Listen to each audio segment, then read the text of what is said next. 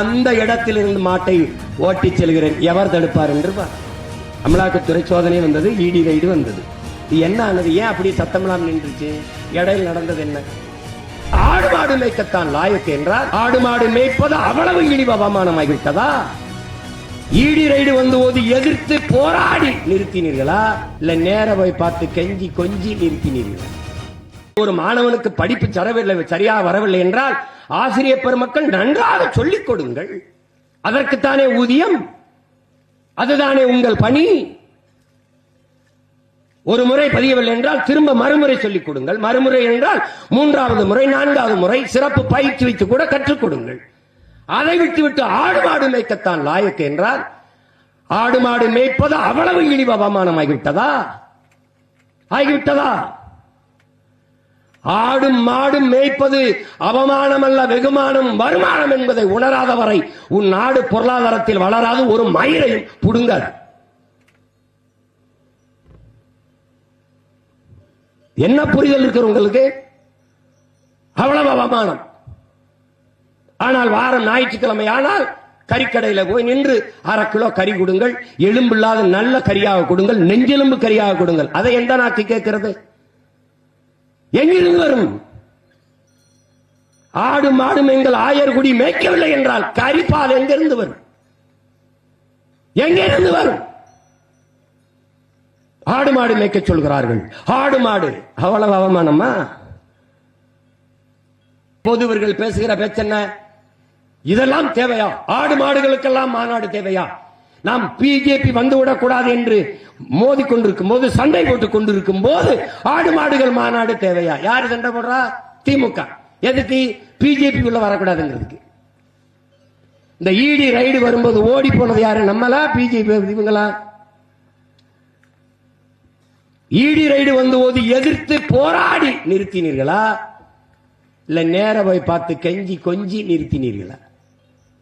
Ride வந்தாரு தெரியுது, வந்தாங்க தெரியுது. அமலாக்கத்துறை சோதனை வந்தது, இடி ரைடு வந்தது. என்ன ஆனது? ஏன் அப்படி சத்தமெல்லாம் நின்றுச்சு? இடையில் நடந்தது என்ன? எல்லாரும் கேட்டுப்பாரு. இன்னும் இவர்கள் நம்ப சொல்லுகிறார்கள் நாங்கள் பிஜேபியை வரவிடாமல் எதிர்க்கிறோம்.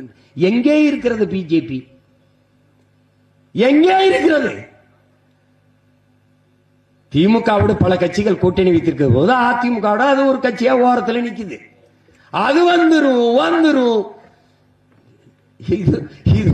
இது ஒரு கண்ணுக்கு தெரியாத எதிரி அடிக்க ஊரை திரட்டி ஓடின கதையா இவங்க 60 இதே பூச்சாண்டியை காட்டிக்கொண்டே இருக்கிறார். நாங்கள் பட்டறை கல்களாக இருந்து பல ஆயிரம் ஆண்டுகளாக அடி வாங்கி விட்டோம். இப்போது சம்மட்டியாக மாறி அடித்து நொறுக்க வேண்டிய தேவை வந்துவிட்டது. அந்த சம்மட்டி அடியைத்தான் ஆகஸ்ட் 3ஆம் தேதி எந்த தடை இருக்கிறதோ, எந்த வனக்காவலர் அவரை மலையில் இருந்து நுழைய விடாமல் கீழே தோள்பட்டை பிடித்து தள்ளினாரோ அதே அடிவாரத்திலே பிரபாகரன் மகன் இன்னவார் வீரன் அழகு முத்துக்கோனின் பேரன் அந்த இடத்தில் இருந்து மாட்டை ஓட்டி செல்கிறேன், எவர் தடுப்பார் என்று வழக்கு இல்லை என்றால் விடியாது கிழக்கு என்ற கோட்பாட்டை கொண்டவர்கள். தடை என்றால் அதை உடை, சிறை என்றால் அதை நிறை. இதுதான் எங்கள் கோட்பாடு. இதற்கெல்லாம் அஞ்சுகிறவன் ஒரு வீர மரவனாக, ஒரு போராட்டக்காரனாக இருக்கவே முடியாது.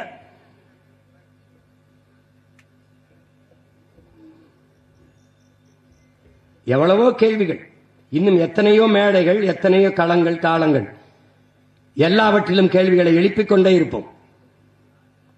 இவை மிகவும் உணர்வுள்ள உயிர்கள். இதற்கே 3-4 நாட்கள் பயிற்சி கொடுத்து அவர்களை இருக்க வைத்திருக்கிறது. மிகவும் பயந்தோம். நீங்கள் மேலே கருவி விட்டு பறந்தால் அவன் வெறிப்பான், அவன் சிதறுவான், ஏதோ அச்சம் இருக்கிறதோ என்று. அதனால் தான் நாங்கள் ரொம்ப கவனமாக, அதிகமாக யாரையும் பேச விடாமல் சுருக்கமாக பேசி இந்த கருத்தை பதிவு செய்ய வேண்டும் என்று. இது ஒரு கோரிக்கை, அரசு கவனத்தில் எடுத்து அந்த மற்ற மாநிலங்கள் இருப்பது போல எங்களுக்கு மேய்ச்சல் உரிமையை கொடுக்க வேண்டும். இதுபோன்ற செய்திகளை மேலும் தெரிந்து கொள்ள எங்களது யூடியூப், ஃபேஸ்புக் மற்றும் ட்விட்டர் ஆப்களை சப்ஸ்கிரைப் செய்யவும்.